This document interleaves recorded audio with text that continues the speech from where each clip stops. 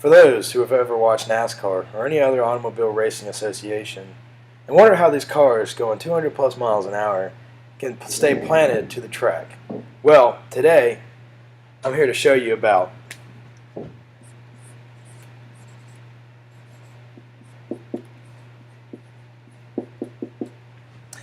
downforce.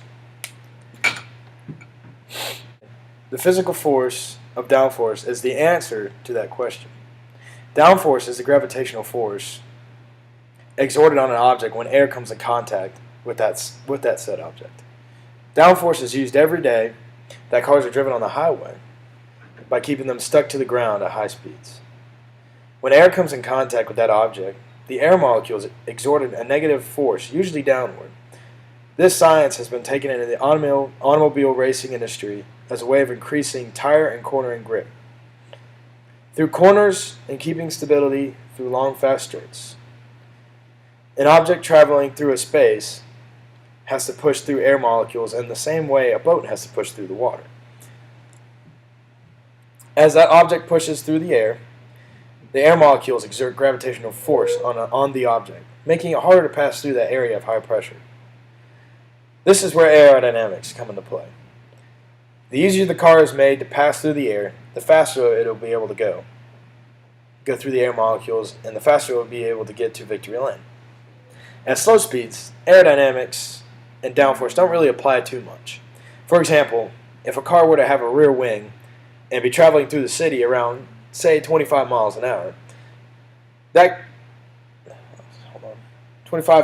30 miles an hour, there would be next to zero downforce available for the rear tires. That is why most cars don't really have functional attributes like rear wings. Their downforce capabilities rely on the size, shape, and angle. Front splitters, however, can help the belly of the automobile by cutting down the low pressure air that can get underneath the car at high speeds and cause unwanted lift underneath the car. So pretty much, more downforce equals more grip. But too much grip could actually cause your tires to wear out faster than usual. That's why racing teams and automobile manufacturers all over the world use wind tunnels while designing their cars. Downforce, shown here with the rear wing, you can see as the black arrows show which way the air is moving. As the air moves over the wing, the air gets pushed up and over the wing. This causes a downward motion onto the wing, which pushes the back of the car down, depending on where it's mounted. This helps push the tires and the suspension closer to the ground, causing more grip.